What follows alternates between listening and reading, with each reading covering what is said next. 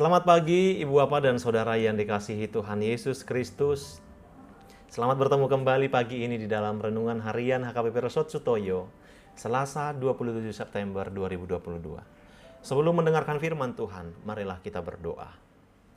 Damai sejahtera Allah yang melampaui segala akal dan pikiran, itulah yang menyertai hati Bapak, Ibu, dan Saudara sekalian, di dalam Kristus Yesus Tuhan kita. Amin.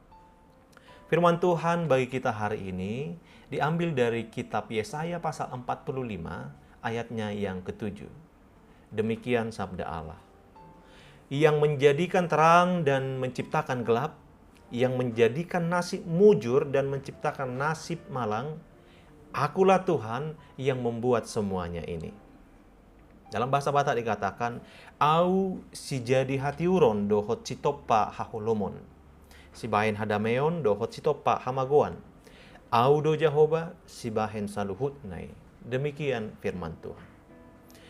Ibu Bapak dan Saudara yang dikasihi Tuhan Yesus Kristus, ada satu ungkapan yang mengatakan demikian.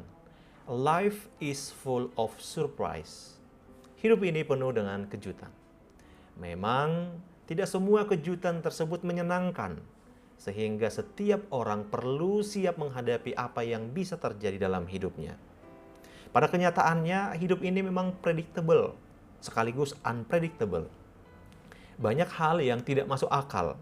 Kita dibuat terheran-heran, kenapa hal itu terjadi? Kenapa dia yang dipakai Tuhan untuk menyatakan kehendaknya? Mengapa kejadian itu menimpa dia? Dan sejuta tanda tanya lain ada di dalam benak kita.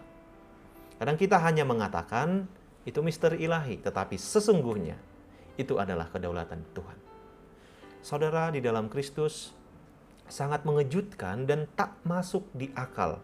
Kores, Raja Persia, bangsa penyembah berhala yang tidak mengenal Allah Israel, dipakai Tuhan untuk menyelamatkan umatnya. Tuhan sendiri yang memanggil, mengurapi dan memimpin Kores untuk menaklukkan raja-raja dunia. Tuhan sendiri yang memastikan keberhasilan Kores.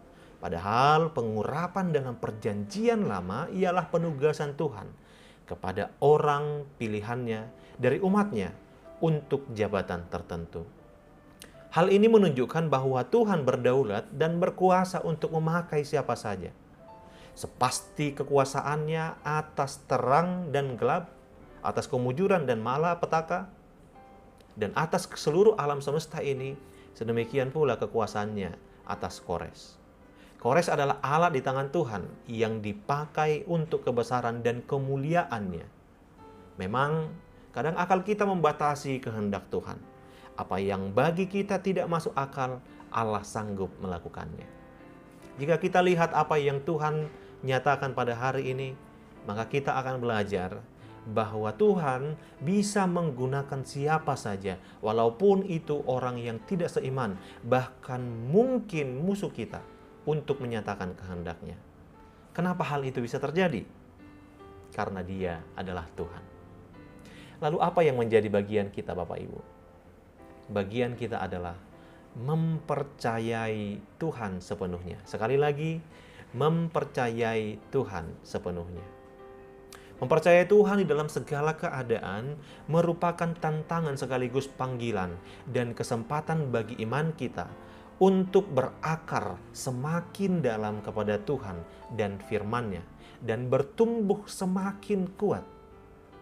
Seperti Amsal mengatakan, percayalah kepada Tuhan dengan segenap hatimu dan janganlah bersandar kepada pengertianmu sendiri. Akuilah Dia dalam segala lakumu, maka Ia akan meluruskan jalanmu. Amsal 3 ayat 5-6. Apakah artinya? Percaya dengan segenap hati kepada Tuhan adalah sebuah pilihan secara sadar untuk menolak bersandar kepada diri sendiri. Sesuatu keputusan untuk tidak mengandalkan segala kemampuan yang ada pada kita. Baik itu berupa uang dan harta, jabatan, kepintaran, pengalaman, atau apapun. Melainkan mengakui hanya Tuhanlah sumber tuntunan, kekuatan, hikmat, dan keberhasilan dalam hidup kita, di mana kita memilih untuk mempercayai Dia dan bersandar padanya. Ini adalah tantangan dan pilihan yang diperhadapkan kepada kita setiap hari. khususnya di tengah masa transisi sekarang ini. Kepada siapakah kita menyandarkan hidup kita? Kepada diri sendiri, kepada keluarga, kepada pemerintah, atasan dalam perusahaan, institusi, rekan kerja, teman, atau kepada Tuhan? Amin, kita berdoa. Ya Tuhan Allah, sungguh kami mensyukuri atas firman-Mu setiap hari, yang mengingatkan kami bahwa Engkau adalah Allah yang berdaulat. Tolong kami untuk sepenuhnya percaya hanya kepada-Mu saja. Amin. Selamat pagi dan selamat beraktivitas Ibu Bapak. Kami akan selalu mengingatkan, marilah kita dengan setia melakukan protokol kesehatan. Tuhan Yesus memberkati.